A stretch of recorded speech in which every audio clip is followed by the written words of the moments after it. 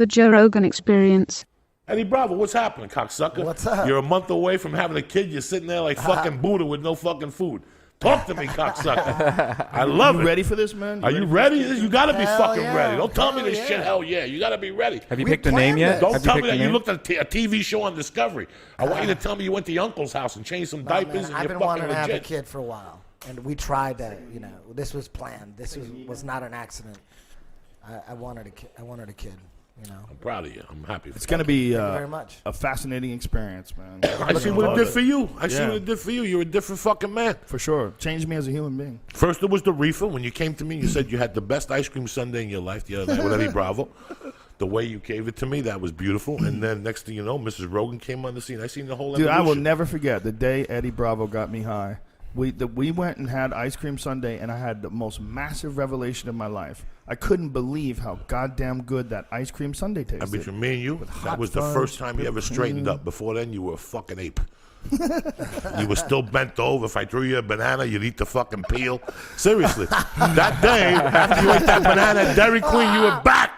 You were back. Your chest was up and shit. Well, you guys know me. I don't know me as well as you guys know me. Oh, please. You know, that was it. You were walking on all I know fours I'm a until that different fucking day. I know I'm a different person. I'm a lot more relaxed and everything, but it must have been interesting, much more for you to watch someone change their It's a personality. fucking beautiful than- thing. It's a Yeah. fucking beautiful thing, man. I love to see evolution. I'm a people watcher. I love to watch people and shut your fucking mouth. Yeah. Don't say nothing to him. Yeah. Let him walk into that hole. Don't say nothing. I But think coming from my background, like doing martial arts competitions my whole life, and then just transition right into comedy, I had never relaxed. I never settled down. I never learned how to just be calm. It was my whole body and my brain, my personality, all developed under duress. It all developed under, a physical combat all the time on a regular basis. Constant training, constant fights, constant tournaments. That was my life from like the time I was 15 till I was like 22. All my formative years was all spent in stress. And I remember when I first decided that I wasn't going to fight anymore, it was like the first time ever in my life when I was like 22. It was my last kickboxing fights. The first time ever where I could relax. I would always be nervous, when is the next tournament? When's the next fight? When's the next thing? I got to get in shape. I can't be drinking this. I can't be doing this. Couldn't live my life because I was always worrying about getting my ass kicked. I was always worrying about, I have to make sure that I do everything right. I got to be prepared. I don't want to get fucked up. So it wasn't the best mindset to go into stand-up comedy for. That's for sure. It's like a constant battle. Because stand-up comedy, it's totally the opposite. You got to not give a fuck. You got to be relaxed. You got to have fun. Instead of be tense and ready to go at any moment's notice, You sent me, by the way, whatever you sent me doesn't work. One of them doesn't work. The other two do. Check your emails. Yeah, you sent me two things, and both of them are like movies that are 1 second long. What? Yeah. it's amazing Check how it again, dude. I know it's good. My I'll fucking- resend it, okay? my fucking 15 to 22, my mind wasn't fighting. I wasn't a fighter, but I was in a different type of hell. I was in my own hell I was putting myself into, And it's so weird that I became a comic, 6, 7, 8 years later or something like that. And how I took that wildness into the fucking comic, and nobody understood what I was saying until I met you guys at the store. I found the fucking home. I used to travel on the road with Tribble and do all these little road things. I remember when I first met you at the store, everybody was fucking terrified of you. Yeah, I was crazy. Nobody, I was still fucking crazy. you and I remember being like the only guy, when I first met you, that was like, he's great. What are you talking about? I love that guy. And everybody's like, oh, here comes Joey Diaz. Where's he at? I would gravitate towards you. Oh, it was because crazy. you didn't scare me. You were nice to me. And, you weren't a scary guy to me. You were a regular dude. You were like one of the only guys there that I could relate to. There was a lot of guys that I couldn't relate to. I knew dudes like you. Not you, but you and my friend Johnny B, the pool hustler, very similar characters, man. Very, very similar characters. You're both way out there.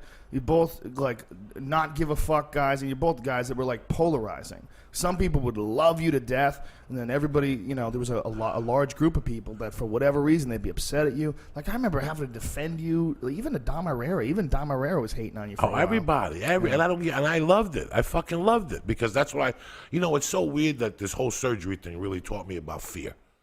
My fear has fucking done wonders for me. Because that's why when I wake up in the morning, that's the first thing I fucking do is grab my fucking cock. Because for years I was scared. I'm always insecure. That immigrant fucking thing chiseled into my fucking mind since the streets of New York City with the white kid. Thing? The immigrant thing, not knowing the language, not feeling good enough like everybody else, not being a fucking American. And it sits inside my fucking soul. So for me, everything has been driven on fear. Every time I get on stage, like the other night, fear was real.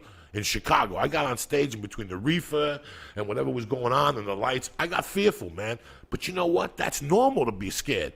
That's a great emotion, especially when you're a stand-up comic. Because when the more scared you are, the better you're going to fucking do. Especially in my case, the more riled up I am, 2 minutes before I go on stage, the more energy I'm going to give that fucking audience. But I've looked at my life and I've seen how much fear. I was petrified to go get that fucking needle, even though I fucking knew nothing was going to happen. I was going to walk out of there. But I went in, I took the needle, and after I walked out of that needle, I could have fucking killed 10 fucking people with my bare hands because you overcome one of your biggest fucking fears. Till this day, I get little emails, and people are like, you know, I suffer from a social disorder, and I don't know what to do. Well, the answer ain't taking a fucking pill. It's checking your fucking confidence and grabbing your balls and walking into a circle and saying, fuck it, I'm here. You know, my mentality was always go into the mouth of the lion and put a chair down and sit the fuck down and let the pieces fall where they may. And if you're not going to live like that, fuck them all. I'm at the store 2 fucking nights, Joe Rogan. The first fucking night, Eddie Griffin bumps me. You know how embarrassing that is? You become a regular on a Sunday. The first fucking night, you bring 11 people to come see you. Your landlord comes, and you get bumped by Eddie Griffin. And the second night, I go up there, and Steve Greenstein says to me, hey, last weekend, you fucking auditioned here for Mitzi, and you said one of my jokes. I said, it's February fucking 11th. I just come off a plane, January 29th, and you're already accusing me of being a fucking thief. And remember, he had his violin case. Who? Steve Greenstein. I don't remember him. Was a creepy guy, older guy that hung out at the Comedy Store, and he had a violin case. So this is a Tuesday night. It's black night at the Comedy Store. It's 8 o'clock. The main room is packed, but the original room would be empty because people were scared to go up there on black night because they thought they were going to get fucking mugged. So the original room was always empty. So Steve Greenstein was up before me. This is my second night at the Comedy Store, dog. I just got to L.A. I'm a fucking criminal. I've been in prison. I got all these problems. But for the first time in my life, I got a little fucking daylight at the Comedy Store. This lady made me a regular. All my life, people were like, has Mitzi Shore seen you? Has Mitzi Shore seen you? She's going to make you a fucking regular. I get down there. I'm a regular. This is the first time since my mother died I had any luck. I had been in prison. I had been divorced, shot. The whole fucking deal. And the next thing you know, I become a regular. It's Tuesday night, and I get off stage, and I'm waiting to hang out for a little while, and Steve Greenstein comes up to me, and he says to me, dog, one of your jokes is like my joke. I said, which one? He said, something about O.J. Simpson's maid. I go, dog, I didn't steal the joke from you. I just fucking got here 2 weeks ago. Wheels comes out and he goes, this guy didn't steal the joke from you. The only problem was the guy put the violin case behind his fucking legs and I spotted it. So he starts threatening me. He's like, dog, the next time you do that joke, we're going to have a problem. I just pushed him, Joe Rogan. He fell over the violin case. Well, as he's falling down, Mitzi's limo pulls up. That's it. I'm like, I'm done. This is my life. I'm fucking gone out of here. I'm never going to get another fucking spot again. I'm going to go back to selling fucking blow. And Wheels got between us. Scott Day got between us. And Mitzi came on and go, oh, what happened here? And he started saying, he goes, no, this kid's Cuban, blah, blah, blah, blah. But Mitzi seen the kid on the floor and fell in love with me after that because I pushed that motherfucker. She liked the fact because I stuck up for myself. Sure. Yeah, you got lucky she was crazy. Sure. She liked all kinds of If that happened at the fucking Improv, I would have been out on the fucking street. How often did you perform at the Improv?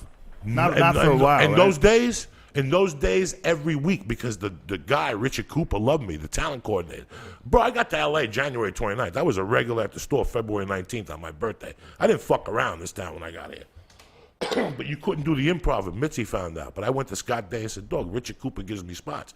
So I would go over there, and I had a couple problems over there right off the fucking bat. People thought they were cute over there. You know, you leave your fucking girlfriend on the seat, you go to the bathroom, you come back, they're talking to them like they know them. That is an issue. It's a fucking issue. And you gotta stop them like I told you, like Hitler in Munich. If not, you're gonna have a fucking problem, dog. So I would say things to people, and all of a sudden you're a bad fucking person. So what the fuck? I don't give a fuck. And we're here 12 years later, and we're still rocking and rolling. They can still suck my dick and call me shorty.